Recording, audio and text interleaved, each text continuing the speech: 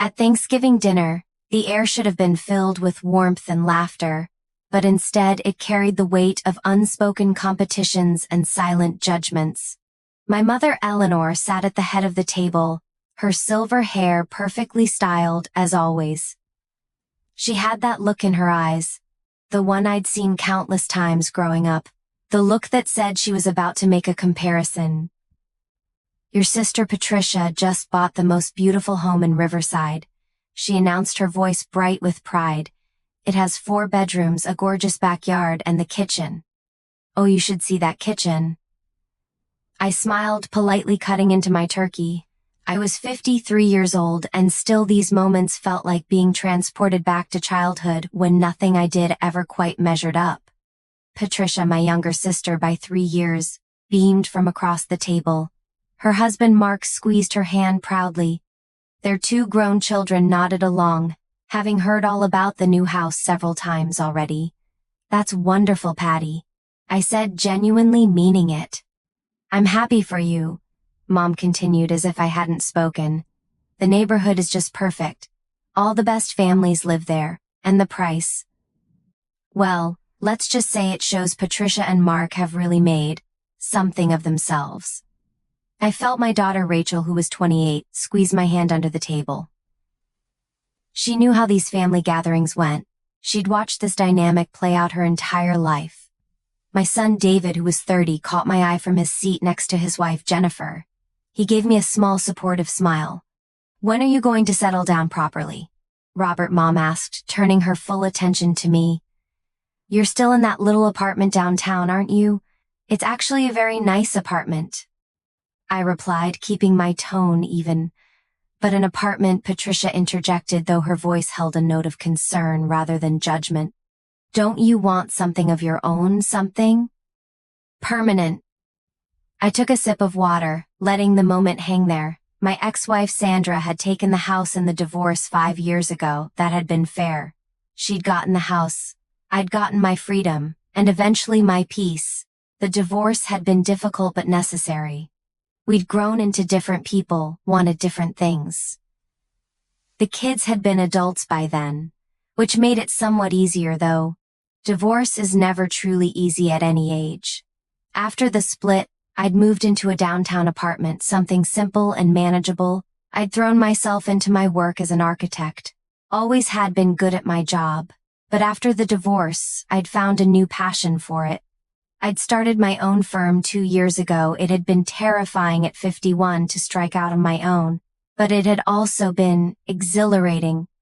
The firm had done well, better than well. Actually, we'd landed several major contracts. The money had started coming in steady and substantial. But I'd kept my lifestyle, modest, saved, invested, planned. I hadn't told anyone in my family about the business success they'd known. I'd started a firm, but I'd downplayed it. Mom still thought I was just scraping by. Why burden them with details, I thought. Let them think what they want. But sitting there at that Thanksgiving table listening to Mom gush about Patricia's house, while barely concealing her disappointment in my choices, something shifted inside me.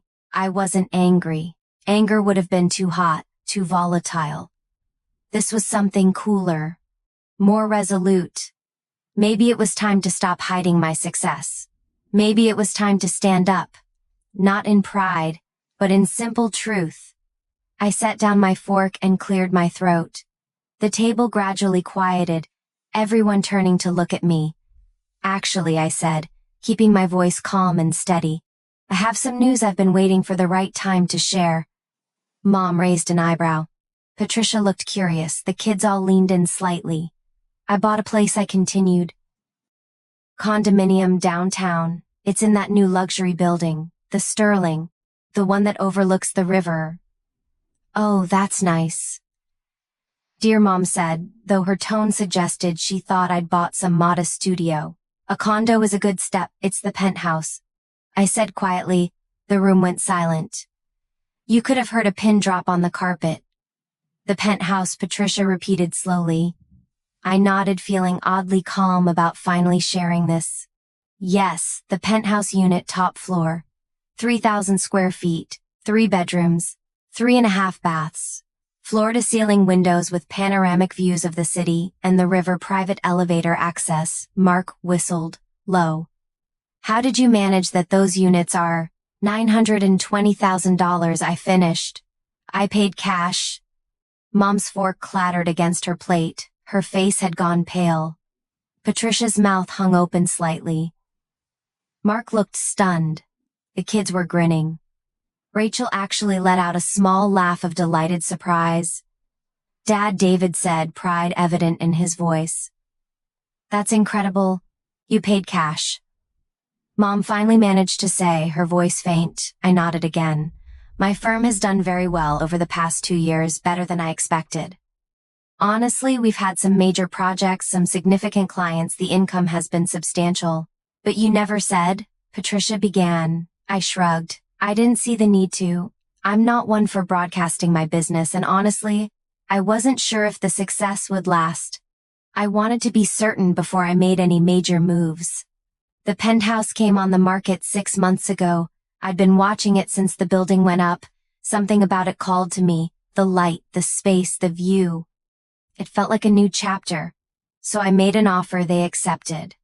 I closed on it 3 months ago. I've been slowly moving in, furnishing it, making it mine. Why didn't you tell us? Mom asked, and for the first time there was no judgment in her voice, only genuine confusion mixed with something that have been hurt.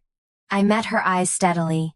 Mom, I love you, but for most of my life, I felt like I was being measured against an invisible standard. Patricia has always been the golden child, and that's fine. She's accomplished and successful, and I'm genuinely proud of her. But I got tired of feeling like I was coming up short. So I stopped sharing. I stopped trying to prove myself. I just focused on living my life, building my business, doing what made me happy. The room was quiet again, but it was a different kind of silence. This one felt heavier, more meaningful. Mom's eyes filled with tears. Robert, I never meant to make you feel that way. I know I said gently you didn't mean it, but intentions and impact aren't always the same thing. Patricia reached across the table, her hand extended toward me. Bobby, she only used that childhood nickname when she was being sincere. I had no idea you felt that way. I took her hand, squeezing it. I know, Patty, this isn't about blame. I'm not angry, I just think it's time we all stop pretending. Stop performing for each other. Rachel spoke up, then her voice soft. Grandma. Every Thanksgiving, every Christmas, every family gathering you compared Dad to Aunt Patricia, the house, the job, the lifestyle. It's been happening my whole life. Mom looked stricken. Is that true? Do I really do that? Jennifer, David's wife, nodded apologetically. I'm sorry, Mrs. Morrison, but yes, it's pretty consistent. Mark cleared his throat for what it's worth. I've always thought Robert was impressive, starting over after a divorce, building a business from scratch that takes guts. Mom wiped her eyes with her napkin. I owe you an apology, Robert, a big one. I've been so focused on traditional markers of success. The house, the marriage, the outward appearance, that I failed to see what you were actually accomplishing. You raised 2 wonderful kids. You built a successful business.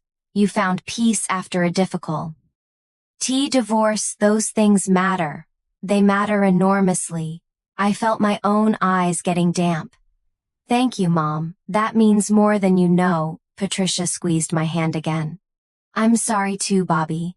I think I've been so caught up in my own life that I didn't notice how the family dynamics were affecting you. Your condo sounds absolutely amazing.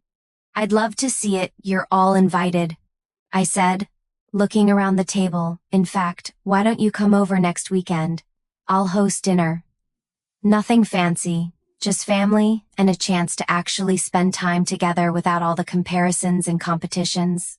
That sounds perfect, Rachel said. David nodded. Count us in. Mom smiled tremulously, her makeup slightly smudged from tears. I'd like that very much.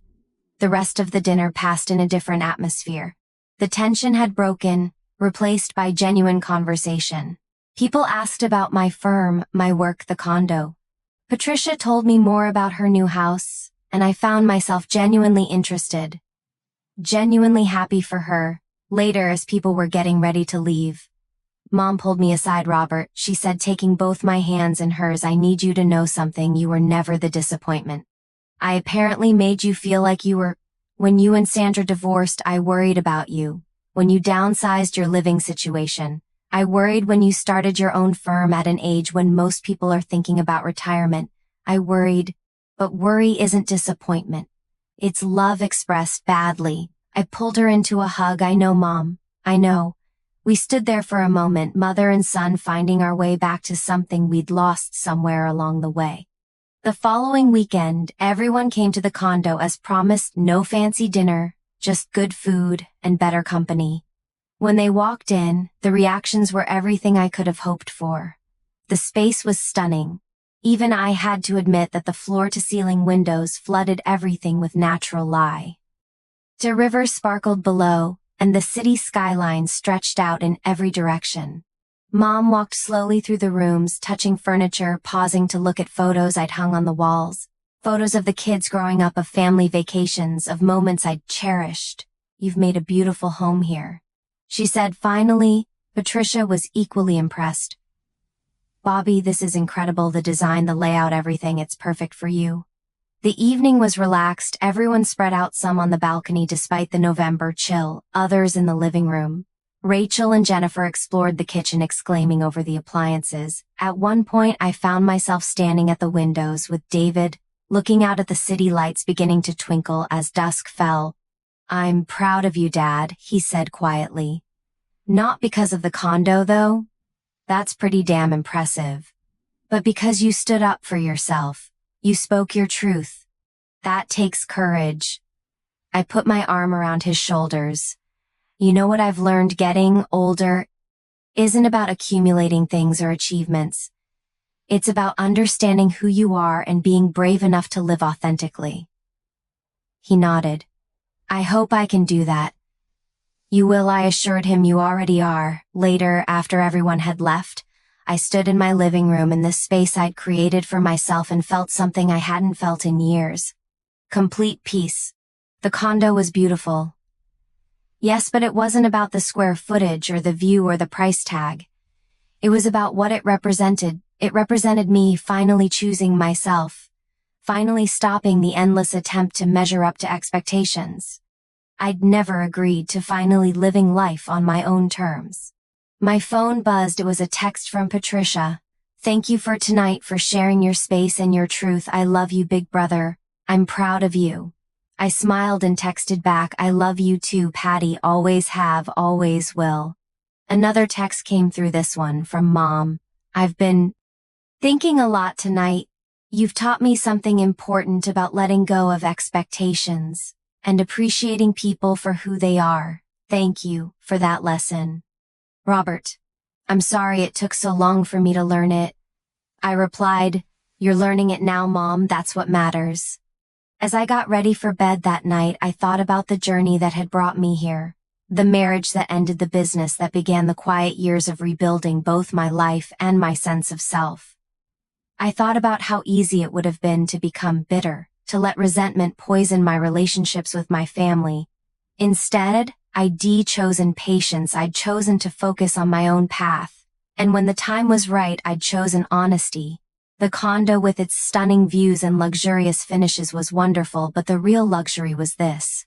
The freedom to be myself. The courage to speak up. The family relationships that were finally based on truth, instead of performance. At 53, I'd learned something valuable. Success isn't about impressing other people. It's about building a life that feels authentic to you, and sometimes the bravest thing you can do is simply tell the truth about who you are and what you've accomplished. Not from a place of pride or competition, but from a place of honest self-respect. As I drifted off to sleep that night in my beautiful new home, I felt grateful, not just for the material comfort, but for the emotional growth, for the relationships that were healing, for the peace I'd found. The next morning I woke to more messages. Rachel had created a family group chat, and everyone was sharing photos from the previous evening, laughing about stories told, making plans for Christmas. I thought this is what family should feel like. Not perfect. We'd never be perfect, but real, honest, connected. Over the following weeks and months, the shift in family dynamics continued. Mom made a conscious effort to ask about my life. Without comparisons, Patricia and I grew closer, talking more frequently, meeting for lunch. The kids seemed relieved to see the family tension ease. My business continued to thrive. I took on projects that excited me, mentored younger architects, found joy in the work itself, rather than just the success it brought. I dated occasionally, nothing serious, but I was open to the possibility of love again someday when and if it felt right. But I wasn't in a hurry. I'd learned that life unfolds in its own time, that patience is a virtue, that rushing towards some imagined finish line means missing the beauty of the journey. One evening several months after that Thanksgiving dinner, I stood on my balcony watching the sun set over the river. The sky was painted in shades of orange and pink, the water reflecting the colors like liquid fire. My phone rang. It was Mom. "Hi, Robert," she said, warmth in her voice. "I was just thinking about you. Good thoughts, I hope," I replied, smiling. "The best," she said. "I was remembering when you were a little boy, you used to build these elaborate structures with blocks. Nothing standard, always something creative, something uniquely yours." I laughed. "I remember Dad used to say I was going to be an architect someday." "You became exactly who you were meant to be," she said, and I heard the pride in her voice. "The job, the condo, those are wonderful. But what I'm really proud of is the man you've become: kind, honest, patient, brave enough to speak your truth." "Thank you, Mom," I said, my voice thick with emotion. "That means everything." We talked for a while longer about nothing and everything. The comfortable conversation of family who found their way back to each other. After we hung up, I stayed on the balcony as the stars began to appear. The city lights sparkled below, the river flowed endlessly toward the horizon. I thought about that little boy building block structures, thought about all the years and experiences that had shaped me, the successes and failures, the love and loss, the struggle and growth. And I felt deeply, profoundly grateful for all of it. Every bit. Because it had all led me here, to this moment, to this peace, to this understanding. Success isn't a house or a condo or a bank account. Success is knowing yourself, living authentically, having the courage to stand in your truth.